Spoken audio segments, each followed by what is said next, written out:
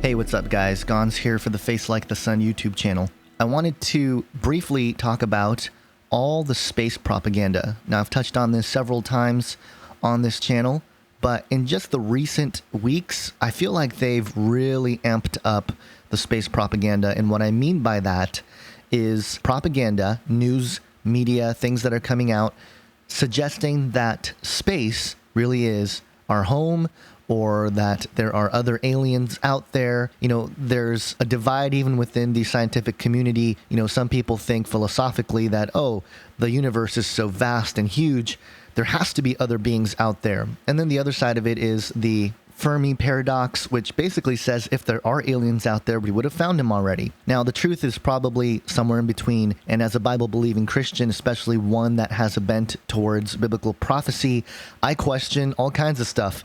Is there even an outer space? Or if there is it exactly what we've been told it is? You know, there are lots of questions, especially now, that are coming up. And I don't doubt that there's something out there in terms of things that are being measured. You know, it really is interesting times because we have these instruments, telescopes and microscopes, that peer into the smallest areas of our existence and also these large, faraway areas above our heads.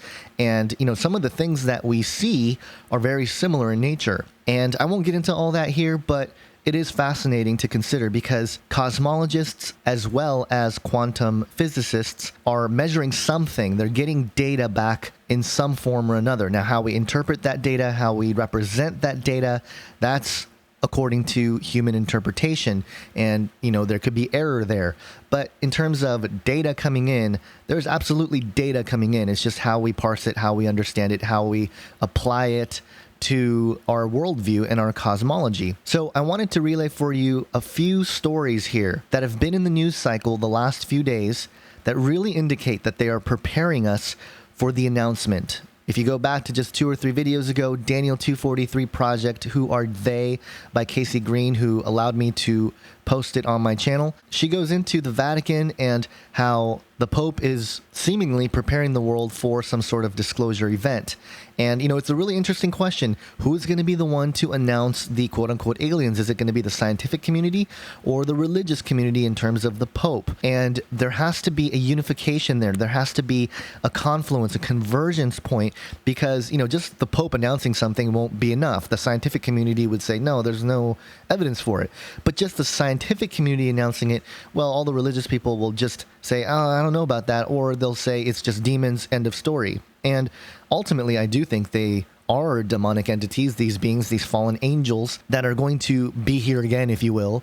And it's all part of, I think, the 2 Thessalonians 2 coming of the lawless one in accordance to Satan with all power and signs and lying wonders. And remember, this deception is towards the ones perishing. Those who are perishing, who did not love the truth and be saved, they're the ones that are going to believe the lie. So if this is part of the lie, then they're really setting up for it. And so here's some stories that have been out there in the news that seem to be, again, inching towards that reality. Now, as I was making this recording, NPR published an article called Are Life's Seeds from Outer Space? And again, they asked the question, is it possible that life or the origin of life is from outer space? And they talk about chirality. And if you've studied creation, young Earth versus old Earth, the word chirality might be familiar to you. But even in this article at the very end, they say we are far from figuring this one out, unfortunately. They don't know for sure. They're throwing stuff out there. But why would they even say this? Well, because the quote-unquote evidence suggests that it's possible. And if it's possible, then the people who receive this information will consider the reality of the deception when it comes. So it's interesting that this was published even as I make this video. Now let me get to the list that I had collected in the last couple weeks. According to a press release by ALMA, astronomers using the Atacama Large Millimeter Sub-Millimeter Array detected a clear signal from oxygen in a galaxy located 13.1 billion light years away. The basic story here is there's oxygen somewhere out there in a distant star system. And with oxygen being a key element in life, they're saying, hey, see, life can be out there. We found oxygen Space.com reported twisty molecule essential to life spotted in deep space for the first time. It says here molecules with right-handed and left-handed versions are essential to all life on Earth and have been found in meteors and comets. Now, for the first time, one has been spotted in interstellar space. There you go again. There could be life really far out there.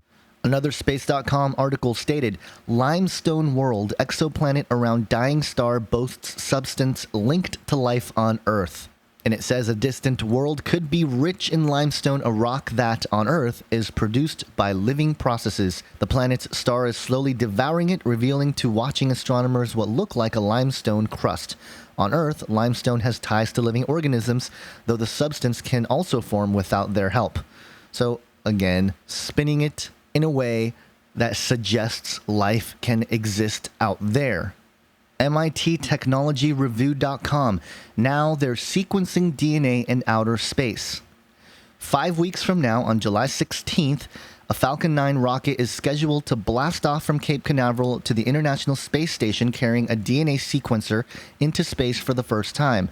While this isn't big deal science, no one has ever tried to decode DNA in outer space before. Being able to is something that might come in handy on a Mars mission if a crew member gets sick or alien mold appears in a spaceship. So there you have it. DNA going into space, decoding DNA happening for the first time next month. TheVerge.com reported this is how a large fire spreads in space. NASA's Sapphire 1 experiment aims to study flame behavior in microgravity. Earlier this week, Orbital ATK's Cygnus cargo capsule, which has been attached to the International Space Station for a few months, was filled up with more than 4,000 pounds of trash and released from the station out into space. A few hours later, a fire started inside the vehicle's gut, and multiple sensors and cameras gathered data about the blaze. Again, fire in space, necessary elements for life. But that's not all. Scientific American reports fungi in space. If you can make it on Earth, you can make it on Mars. And it says, in addition to irritatingly lodging themselves everywhere from shower grout to the Russian space station Mir, fungi that live inside rocks in Antarctica have managed to survive a year and a half in low Earth orbit under punishing Mars-like conditions, scientists recently reported in the journal Astrobiology. A few of them even managed to cap their year in Mars-like space by reproducing. So there you go. Reproduction of fungi in space in Mars-like conditions. Again, pointing towards life out there. Specifically Mars, it seems. There seems to be a push to go to Mars or have an exploration to Mars. All of it contains some sort of story about life forms. KUTV.com. Space probe confirms chemicals of life in comet's halo. Berlin AP scientists have found further evidence supporting the theory that some of the building blocks for life may come to Earth from outer space. Using instruments aboard the European space probe Rosetta, researchers detected glycine and phosphorus in the dusty halo around a comet. Phosphorus, interesting if you have been tracking with me on a couple recent videos. But there you have it. Chemicals essential for life found in the halo of a comet. More stuff saying there's life out there. AlJazeera.com. And this story is a few weeks old now, but it stated, Tutankhamun's dagger of space origin research suggests.